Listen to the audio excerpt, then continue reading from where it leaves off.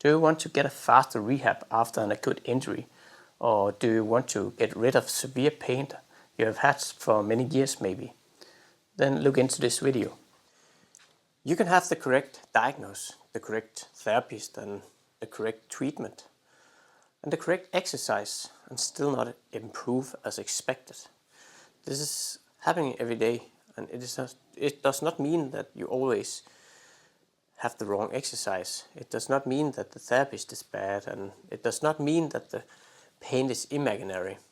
It may mean that one exercise is trying to work inside the whole human system, and this system is not ready for responding.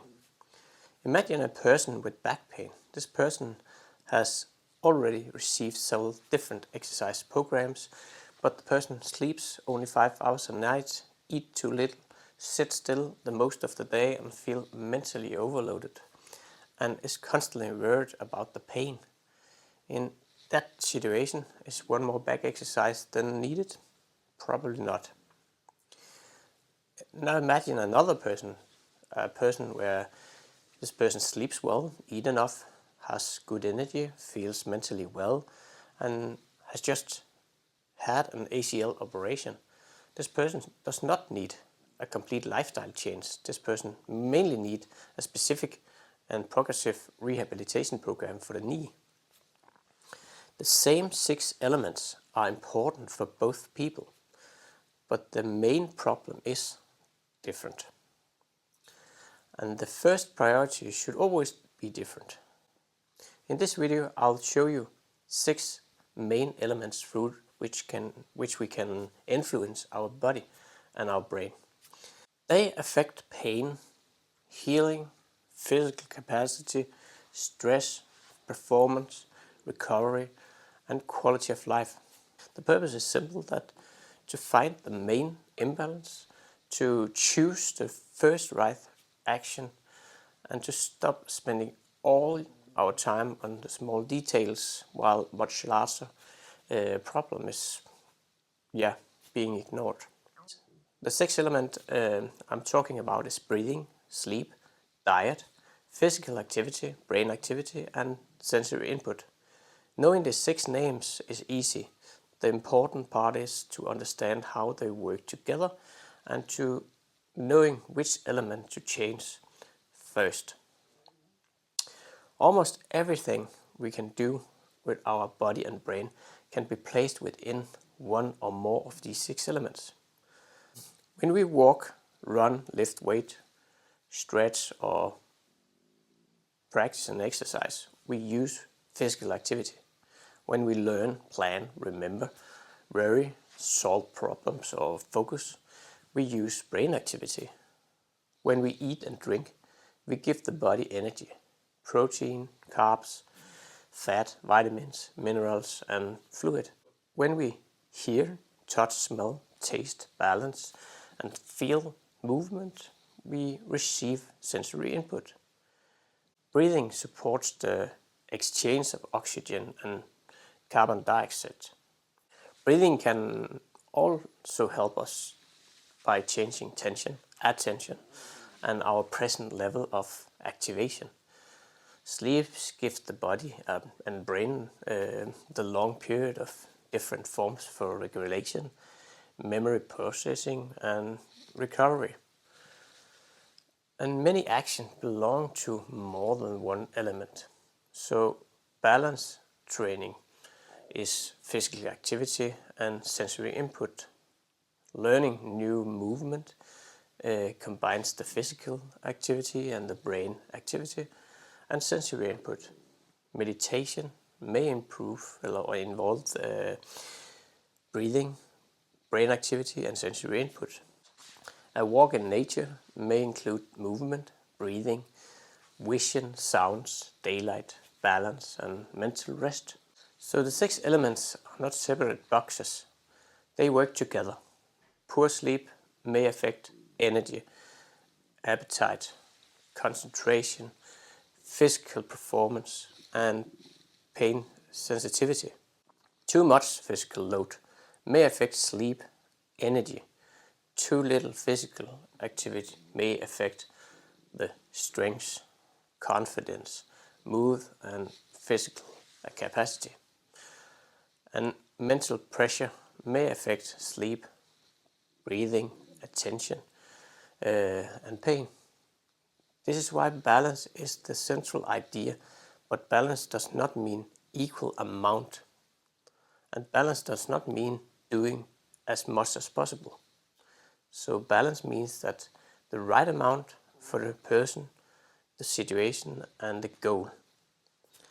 An athlete may need a high level of physical activity, but this creates a greater need for sleep, food, mental recovery and good relaxation.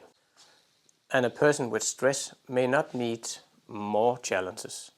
That person may already have too much brain activity or too much sensory input.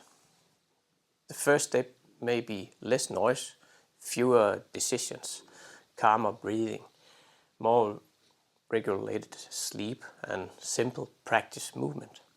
And if we take a person from recovering from an operation, they need specific rehabilitation, but the person also needs enough energy, enough protein and enough sleep and useful movement and sensory input. And if we take a person who has lived with pain for many years, they need much wider approach.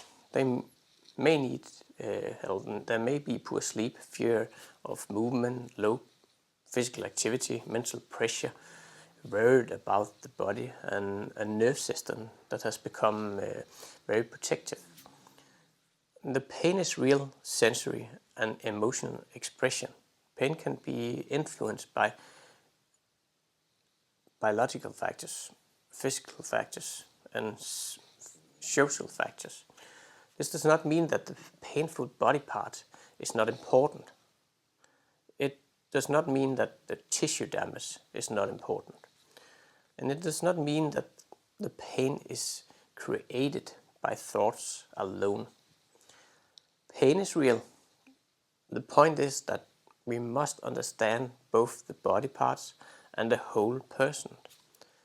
For a therapist, this creates an important question. What is the main limiting factors for this person right now? Is it the knee? Is it the back? Is it poor physical capacity? Is it poor sleep?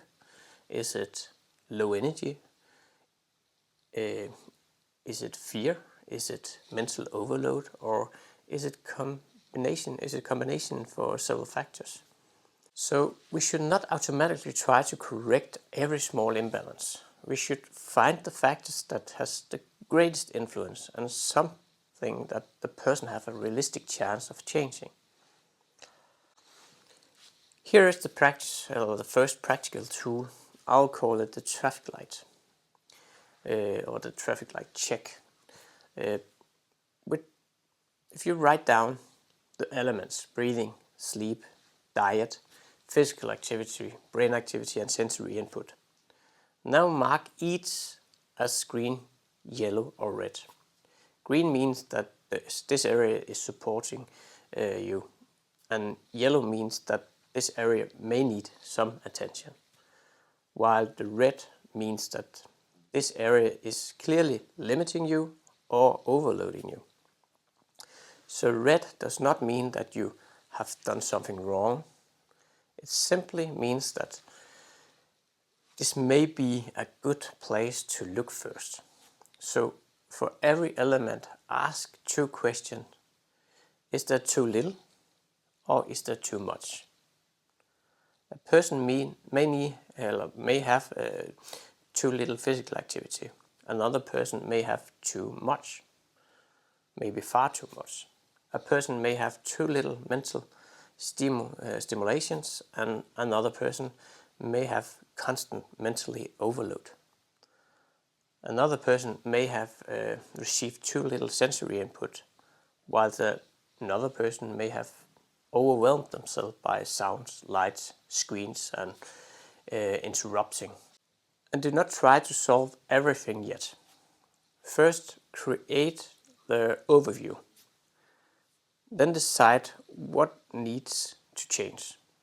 So no matter what we try to rehab, we have to think about these 6 elements. Because if I want to get rid of some pain I've had for many years, it's a problem if the body don't have the energy and don't have the trust for doing it. And we then have to balance the sensory system, maybe the mental system, and maybe also some energy from our diet or sleep. And if I have acute back pain from an injury, it's important to sleep, to have good diet, to have a good breathing, and to relax, because otherwise it will make me take 1 week more to rehab from this back exercise, a lot of back pain. So no matter if it's a good injury or it's the severe pain over many years, we have to balance the 6 elements and to understand that that is the most important in our rehab. It's not the exercise itself, it's not the program itself, it's how we balance the 6 elements we have to think about first. And then we can think about how do we do the physical activity and the rehab. So I hope that you can see these 6 elements as a way out of your severe pain, or you can use it for acute injuries from now on. So I hope you can use the 6 elements as an understanding of what is most important when you're doing rehab, when you're helping people or yourself by getting out of severe pain over a long period of time.